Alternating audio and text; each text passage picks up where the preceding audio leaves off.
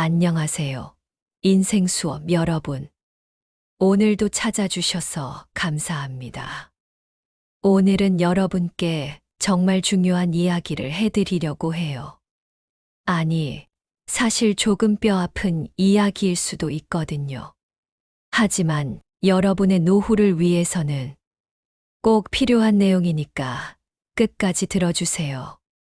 여러분, 혹시 이런 생각 해보신 적 있으세요? 나는 평생 열심히 살았는데 왜 노후가 이렇게 불안하지? 집도 있고 연금도 받는데 왜 생활이 이렇게 빠듯하지? 만약 이런 생각을 한 번이라도 해보셨다면 오늘 영상이 정말 도움이 될 거예요. 최근 통계청 자료를 보니까 말이죠. 60대 이상 가구의 80%가 노후 준비 부족이라고 답했어요. 10명 중 8명이 노후 준비가 부족하다고 느끼고 있다는 거죠. 더 심각한 건 이 중 60%가 지금도 생활비가 부족하다고 하더라고요. 이게 얼마나 심각한 수치인지 아시겠죠? 우리나라 60대 이상 어르신들 중 절반 이상이 현재도 경제적으로 어려움을 겪고 있다는 뜻이거든요. 그런데 더 놀라운 건 이런 분들 중 상당수가 겉으로 보기에는 전혀 가난해 보이지 않는다는 거예요. 아파트도 있고 차도 있고 연금도 받고 계시거든요. 그런데 왜 이렇게 어려우실까요? 제가 지금까지 수백 명의 상담을 해오면서 깨달은 게 있어요.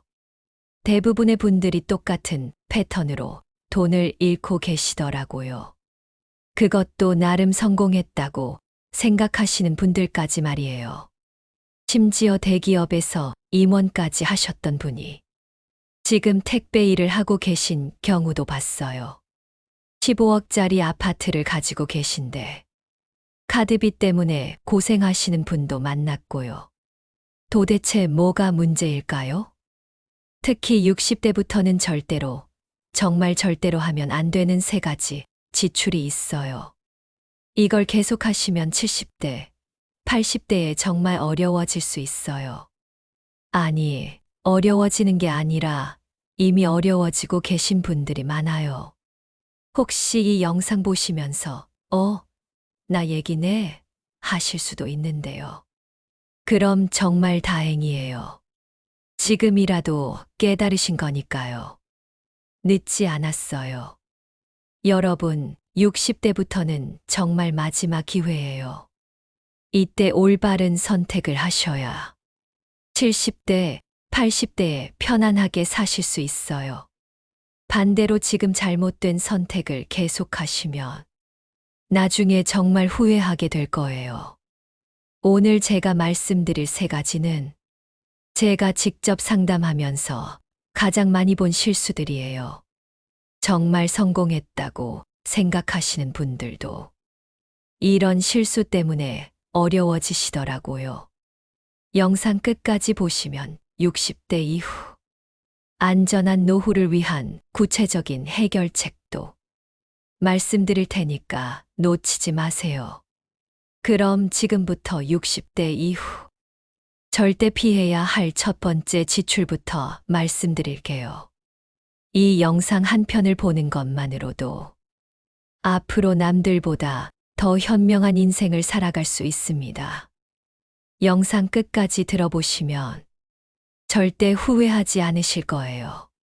오늘 주제가 마음에 드신다면 구독과 좋아요 눌러주세요. 여러분들의 응원은 영상 제작에 큰 힘이 됩니다. 여러분의 마음을 위로하고 도움이 되는 좋은 콘텐츠로 반드시 보답하겠습니다. 첫 번째로 60대부터 절대 피해야 할 지출은 성인 자녀에 대한 과도한 경제적 지원이에요. 여러분, 이 말 들으면 좀 서운하실 수도 있어. 아니, 내 자식 결혼자금 도와주는 게 뭐가 문제야? 손주 교육비 지원하는 게 할아버지, 할머니 역할 아닌가? 라고 하실 텐데요. 물론 자녀를 돕는 마음은 이해해요. 하지만 문제는 본인의 경제력을 넘어선 지원이에요. 60대가 되면 자녀들이 결혼하고 손주들이 생기죠. 그러면 자연스럽게 도와줘야지 하는 마음이 들어요. 특히 요즘 같은 경제 상황에서는 더욱 그렇죠. 제가 최근에 상담한 65세 김성민님의 사례를 말씀드릴게요. 이분은 대기업에서 퇴직하신 후 월 연금이 200만 원이세요. 그런데 아들 결혼 자금으로 5천만 원을 지원하고 며느리 출산 후에 산후조리원비 600만 원, 그리고 매달 손주 교육비로 50만 원을 지원하고 계시더라고요. 본인 생활비는 어떻게 하셨을까요? 150만 원으로 줄이면서 말이에요. 월 200만 원 받아서 50만 원을 손주한테 주고 본인은 150만 원으로 사시는 거예요. 더 심각한 사례도 있어요. 70세 박영근 어르신은 아들 둘의 아파트 구입을 도와주려고 본인 집을 담보로 5억 원을 대출받으셨어요. 자식들이 집값 때문에 고생하는 걸 볼 수 없다면서요. 하지만 현실은 어떻게 됐을까요? 월 이자만 200만 원인데 연금은 150만 원 뿐이에요. 부족한 돈은 카드로 메우고 계시죠. 결국 본인이 더 큰 고생을 하게 된 거예요. 또 다른 분은 손주 사교육비를 지원하느라 본인 치료비까지 미루고 계세요. 당뇨 관리를 위한 약값도 아끼면서 손주 영어학원비는 매달 40만 원씩 지원하고 계시더라고요. 이게 과연 올바른 선택일까요? 제가 아는 노인복지 전문가가 이런 말씀을 하시더라고요. 60대 이후에 자녀 지원으로 본인 노후 자금을 소진하는 분들이 매년 30%씩 늘고 있어요. 이건 정말 위험한 신호예요. 실제로 한국노인학회에서 발표한 자료를 보면 60대 이상 노인의 40%가 자녀 지원으로 인해 경제적 어려움을 겪고 있다고 해요. 이 중 상당수가 본인의 의료비나 생활비까지 줄이고 있다고 하더라고요. 더 안타까운 건 이런 과도한 지원이 오히려 가족 관계를 악화시킨다는 거예요. 제가 상담했던 한 분은 이런 말씀을 하시더라고요.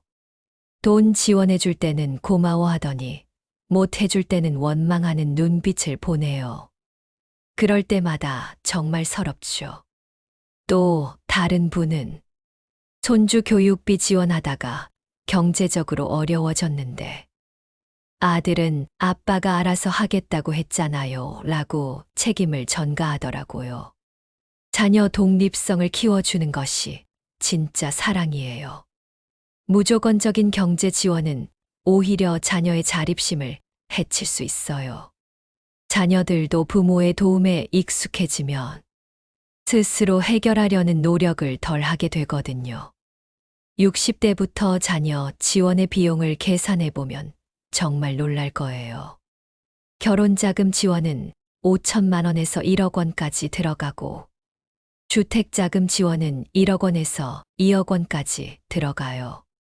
손주 교육비는 연 500만 원씩 10년 하면 5천만 원이고 각종 경조사비 및 긴급 지원까지 합치면 연 200만 원씩 10년에 2천만 원이 들어가요.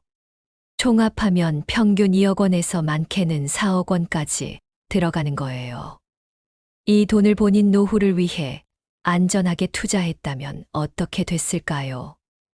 연 4% 수익률로 10년 투자해도 1.5배는 늘었을 거예요. 2억 원이면 3억 원이 되는 거죠. 무엇보다 본인 건강관리비와 생활비를 줄이면서까지 자녀를 지원하는 건 정말 위험해요. 건강을 잃으면 더 큰 의료비가 들어가거든요. 재미있는 건 이런 과도한 자녀 지원이 주로 한국과 일본에서만 일어나는 현상이라는 거예요. 미국에 사는 제 지인이 이런 얘기를 해줬어요. 미국에서는 자녀가 성인이 되면 경제적으로 완전히 독립해요. 부모가 결혼자금이나 주택자금을 지원하는 경우는 정말 드물어요. 오히려 그런 지원을 받는 걸 부끄러워하죠. 독일의 경우도 마찬가지예요. 자녀가 대학 졸업 후에는 부모의 경제적 지원 없이 독립적으로 살아가는 것이 일반적이라고 해요. 두 번째로 피해야 할 지출은 퇴직 후에도 높은 차량비를 유지하는 것이에요. 60대가 되면 소득은 줄어드는데 기존의 생활 수준을 유지하려는 경향이 있어요. 특히 차량에 대한 집착이 강하죠. 내가 임원까지 했는데 이제 와서 소형차 탈 순 없지. 동네 사람들이 뭐라고 할까봐. 이런 생각 때문에 문제가 생겨요. 제가 아는 62세 이홍열님은 퇴직 후에도 5천만 원짜리 수입차를 그대로 타고 계세요. 연금은 월 180만 원인데 차량 할부금, 보험료, 유지비만 월 80만 원이에요. 생활비의 거의 절반이 차량비로 나가는 거죠. 이분이 하신 말씀이 제가 30년간 회사 다니면서 타던 차를 갑자기 바꿀 수는 없잖아요. 체면이 있죠. 하지만 현실은 어떨까요? 매달 80만 원씩 차량비로 나가니까 생활비가 100만 원밖에 안 남아요. 식비, 의료비, 각종 공과금 내고 나면 여유가 전혀 없어요. 더 심각한 케이스도 있어요. 68세 최유현님은 퇴직 후에 새 차를 할부로 구입하셨어요. 마지막으로 좋은 차 한번 타보자는 생각으로요. 7천만 원짜리 차를 5년 할부로 사셨는데 월 할부금이 150만 원이에요. 연금이 200만 원인데 말이죠. 그런데 미국에 사는 제 지인이 충격적인 얘기를 해줬어요. 미국에서는 연봉 10만 달러 받는 임원도 2만 달러짜리 중고차 타는 사람 많아요. 차는 이동수단일 뿐이라고 생각하거든요. 오히려 비싼 차 타면 돈 관리 못하는 사람으로 봐요. 유럽은 더 심해요. 독일 같은 경우는 CEO들도 대중교통 이용하는 경우가 많다고 해요. 환경의식도 있지만 실용성을 중시하는 문화 때문이라고 하더라고. 차량비는 단순히 할부금만 있는 게 아니에요. 보험료만 해도 연 150만 원에서 300만 원까지 들어가고 유지비로 기름값이나 정비비가 월 20만 원에서 40만 원 들어가요. 각종 세금으로 자동차세나 환경개선 부담금이 연 100만 원에서 200만 원, 주차비도 월 10만 원에서 30만 원까지 들어가거든요. 5천만 원짜리 차를 탄다면 실제로는 연간 500만 원에서 800만 원이 들어가는 거예요. 월로 계산하면 40만 원에서 70만 원이죠. 60대부터 적절한 차량비 기준을 말씀드릴게요. 월 소득의 20% 이하로 하세요. 월 연금이 200만 원이라면 차량비는 40만 원 이하여야 해요. 할부금, 보험료, 유지비 모두 포함해서 말이에요. 그런데 많은 분들이 이 기준을 훨씬 넘어서고 계세요. 퇴직했다고 차 등급을 낮출 순 없다는 자존심 때문에요. 하지만 현실을 봐야 해요. 소득이 줄었는데 지출은 그대로면 결국 적자가 날 수밖에 없어요. 다행히 현명한 선택을 하신 분들도 있어요. 65세 정성근님은 퇴직과 동시에 8천만 원짜리 수입차를 팔고 2,500만 원짜리 국산차로 바꾸셨어요. 처음엔 좀 민망했는데 월 차량비가 120만 원에서 35만 원으로 줄어드니까 생활이 정말 여유로워졌어요. 라고 하시더라고요. 또 다른 분은 아예 차를 처분하고 카쉐어링을 이용하고 계세요. 필요할 때만 빌려 쓰니까 경제적이고 유지비 걱정도 없어서 좋아요라고 하시더라고요. 세 번째이자 가장 위험한 지출은 소득에 맞지 않는 주거비, 고집이에요. 60대가 되면 많은 분들이 이렇게 생각하세요. 평생 모은 이 집을 어떻게 포기해? 자식들한테 물려줘야지. 이 동네에서 평생 살았는데 이제 와서 어디로 가? 하지만 이게 정말 위험한 발상이에요. 소득은 줄어드는데 주거비는 그대로면 결국 생활이 어려워질 수밖에 없거든요. 제가 최근에 만난 69세 한경무님의 이야기예요. 서대문구에 15억짜리 아파트를 가지고 계세요. 10년 전에 7억으로 사셨으니까 2배가 오른 거죠. 겉으로 보면 완전 부자 같잖아요? 하지만 이분의 월 소득은 250만 원뿐이에요. 국민연금 180만 원과 예금, 이자 70만 원이 전부거든요. 문제는 관리비, 보험료, 각종 세금 등으로 월 80만 원이 나가요. 그러면 실제 생활비는 170만 원밖에 안 남는 거죠. 식비, 의료비, 통신비 등등 내고 나면 정말 빠듯해요. 급할 때는 어떻게 하시냐고요? 카드를 써요. 현재 카드 빚이 3천만 원까지 늘어났어요. 15억짜리 집 가진 분이 카드빚 3천만 원이 있다니 아이러니하죠. 특히 요즘은 아파트 관리비가 정말 많이 올랐어요.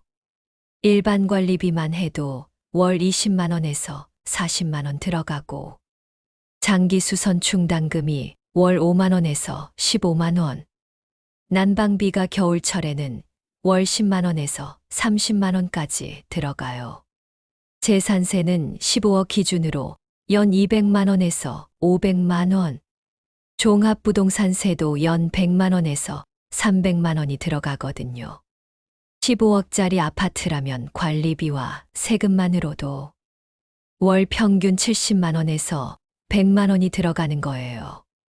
부동산 전문가 한 분이 이런 말씀을 하시더라고요. 강남 아파트가 오른다고 해서 모든 아파트가 오르는 건 아니에요. 강남도 최상위 입지만 오르는 거지. 일반 지역은 연 3% 정도밖에 안 올라요. 실제로 계산해보면 서울 중위 가격 아파트 10억 원을 6억 대출로 사면 이자만 연 3천만 원이에요. 집값이 3% 올라도 실제 수익은 거의 없다는 거죠. 오히려 관리비, 세금 등을 고려하면 손해인 경우가 많아요. 다행히 현명한 선택을 하신 분들의 사례도 있어요. 72세 김진만님은 강남 20억짜리 아파트를 팔고 경기도 분당으로 이사하셨어요. 8억짜리 아파트로 다운사이징한 거죠. 12억이 남아서 이자 수익만으로도 월 400만 원이 들어와요. 집은 작아졌지만 생활은 훨씬 여유로워졌어요. 라고 하시더라고요. 또 다른 분은 서울에서 지방으로 완전히 이주하셨어요. 15억짜리 아파트 팔고 지방에 5억짜리 주택으로 이사했는데 남은 10억으로 여유롭게 살고 있어요. 왜 진작 결정 못했나 후회돼요. 실제로 지방 이주를 고려해 볼 만한 이유들이 많아요. 주거비는 서울 대비 50%에서 70% 저렴하고 생활비도 식비나 교통비 등 전반적으로 저렴해요. 의료 접근성도 지방 대도시는 의료, 인프라가 양호하고 문화시설로 도서관이나 문화센터 등 노후 여가 시설도 충분해요. 공기와 환경 면에서도 미세먼지 등 환경적 장점이 있고요. 주거비가 월 소득의 30%를 넘으면 다른 생활비에 압박이 와요. 건강관리비, 여가비까지 줄여야 하거든요. 월 소득 200만 원이라면 주거비는 60만 원 이하가 적정해요. 여기에는 대출이자, 관리비, 세금이 모두 포함되어야 하고요. 자, 그럼 이 세 가지 함정에서 벗어나려면 어떻게 해야 할까요? 구체적인 해결책을 말씀드릴게요. 여러분, 지금까지 문제점들을 말씀드렸는데, 이제는 해결 방법을 알아야겠죠? 그런데 중요한 건 이런 해결책들이 하루아침에 이뤄지는 게 아니라는 거예요. 단계적으로, 체계적으로 접근하셔야 해요. 먼저 마음가짐부터 바꾸셔야 해요. 이제까지 이렇게 살았는데 갑자기 바꿀 수 있나? 라고 생각하실 수도 있어요. 하지만 60대부터는 정말 다른 기준으로 살아야 해요. 30대, 40대 때와는 완전히 다른 관점이 필요하거든요. 첫 번째 해결책부터 자세히 말씀드릴게요. 자녀 지원 문제 해결하는 방법이에요. 우선 본인의 노후 자금부터 충분히 확보하세요. 노후 자금이란 의료비, 생활비, 여가비 등을 포함해서 최소 5억 원 이상은 있어야 한다고 봐요. 왜 5억 원이냐고요? 월 생활비를 200만 원으로 잡고 20년을 산다고 하면 4억 8천만 원이 필요해요. 여기에 의료비나 긴급 상황 대비비까지 포함하면 5억 원 정도는 있어야 안전해요. 자녀 지원할 때는 몇 가지 원칙을 꼭 지켜주세요. 월 소득의 10% 이하로만 하시고, 일시금으로 큰 돈을 지원할 때는 절대 노후 자금을 건드리지 마세요. 예를 들어 월 연금이 200만 원이라면 자녀 지원은 20만 원 이하로만 하세요. 그리고 지원 기간과 금액을 명확히 정해서 자녀와 미리 합의하시고, 긴급 상황이 아닌 이상은 이 원칙을 꼭 지키세요. 자녀들한테 이런 이야기를 어떻게 하냐고요? 솔직하게 경제 상황을 공유하세요. 아빠, 엄마도 노후 준비가 필요하다. 너희들 도와주고 싶지만 한계가 있다고 말씀하시면 돼요.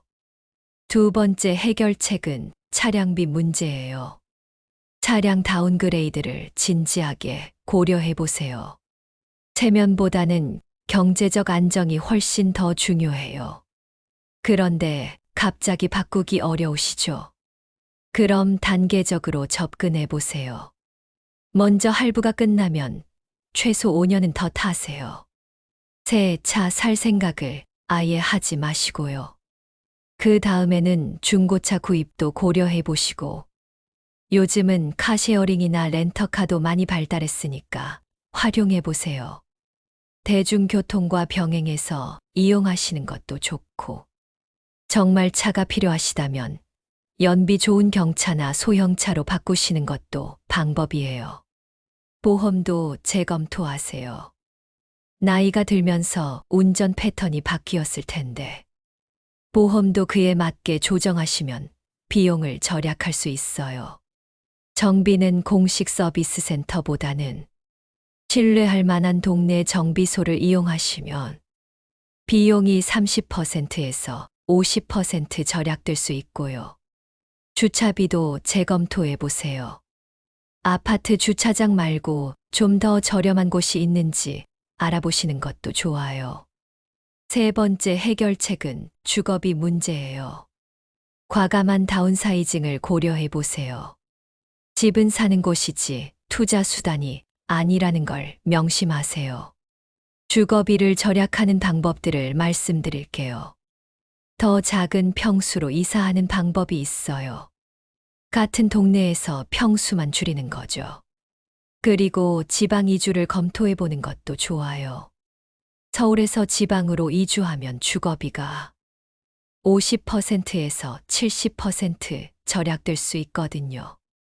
전세에서 월세로 바꿔서 유동성을 확보하는 방법도 있고, 주택연금을 활용하는 것도 방법이에요. 아니면 실버타운이나 고령자 주택도 한번 알아보세요. 그런데 많은 분들이 평생 모은 집을 어떻게 포기하냐고 하세요. 이 심리적 저항을 어떻게 극복할까요? 먼저 관점을 바꿔보세요. 집을 포기하는 게 아니라 더 나은 선택을 하는 거예요. 큰 집에 묶여서 경제적으로 어려워하는 것보다 작은 집에서 여유롭게 사는 게 훨씬 현명하지 않나요? 제가 권하는 60대부터의 자산 배분을 말씀드릴게요. 주거용 부동산은 40% 정도로 줄이시고, 이건 거주 목적만으로 하세요. 그리고 현금성 자산을 40%로 늘리세요. 예금이나 적금, 국채 같은 안전한 자산 말이에요. 나머지 20%는 투자용 자산으로 하시되, 안전한 배당주나 리츠 같은 것만 하시고요. 60대부터는 수익률보다 안정성이 훨씬 중요해요. 현금 비중을 높여서 갑자기 의료비가 필요하거나 긴급 상황이 생겼을 때 대비하시는 게 좋아요. 60대 이후에는 가계부 관리가 정말 중요해요. 매달 여러분이 체크하셔야 할 항목들을 말씀드릴게요. 먼저 고정비부터 보세요. 주거비에는 대출이자, 관리비, 각종 세금이 다 포함돼요. 그리고 보험료, 통신비, 차량비도 고정적으로 나가는 돈이죠. 이런 고정비들이 월 소득의 60%를 넘지 않도록 관리하시는 게 정말 중요해요. 그 다음에 변동비를 보세요. 식비는 어쩔 수 없이 들어가는 돈이지만 절약할 수 있는 부분이기도 해요. 의료비는 나이가 들수록 늘어나니까 미리 대비하셔야 하고요. 여가비도 적당히 쓰시되 과도하지 않게 하시고, 자녀 지원비는 정말 신중하게 결정하세요. 60대부터는 의료비가 급증한다고 말씀드렸죠. 미리 대비하는 것이 정말 중요해요. 우선 건강보험 가입 상황을 점검해 보세요.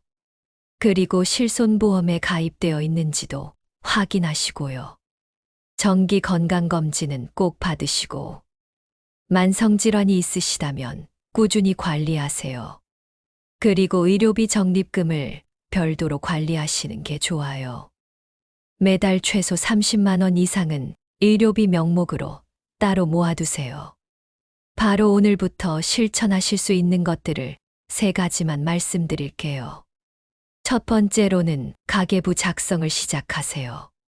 오늘부터 한 달간만이라도 모든 지출을 꼼꼼히 기록해 보세요. 어디에 얼마나 쓰는지 정확히 알아야 절약할 부분을 찾을 수 있거든요. 두 번째는 자산 현황을 정확히 점검해 보세요. 부동산은 얼마나 있는지, 예금은 얼마인지, 투자 자산은 어떤 게 있는지 다 적어 보세요. 현재 상황을 정확히 알아야 계획을 세울 수 있어요. 세 번째는 가족 회의를 해보세요. 자녀들과 솔직하게 경제 상황을 공유하시고, 앞으로 어떤 방식으로 지원할 것인지 다시 논의해 보세요. 서로 부담 갖지 말고 현실적으로 이야기하시는 게 좋아요. 여러분, 60대부터는 정말 중요한 시기예요. 이때 잘못된 선택을 하면 70대, 80대에 진짜 어려워질 수 있어요. 하지만 반대로 지금부터라도 올바른 선택을 하시면 안전하고 여유로운 노후를 맞이하실 수 있어요. 제가 오늘 말씀드린 3가지는 정말 많은 분들이 실수하시는 부분들이에요. 하지만 이제라도 깨달으셨다면 늦지 않았어요. 제발 자녀 사랑과 허영심은 경제력 범위 내에서 하세요. 건강하게 오래 사는 것이 가족에게 가장 큰 선물이에요. 부모가 경제적으로 어려워지면 결국 자녀들에게도 부담이 돼요. 차량이나 집도 마찬가지예요. 체면보다는 실용성을 택하세요. 진짜 현명한 선택이 무엇인지 냉정하게 판단하세요. 오늘 이야기를 들으며 여러분은 어떤 생각이 드셨나요? 여러분의 경험과 생각을 댓글로 나눠주세요. 여러분의 이야기가 누군가에게 큰 위로와 깨달음이 될 거예요. 끝까지 들어주신 여러분께 깊은 감사를 드려요. 오늘 이야기가 도움이 되셨다면 소중한 분들께 공유해 주시고 구독과 좋아요로 저를 응원해 주세요. 오늘도 행복한 하루 되세요.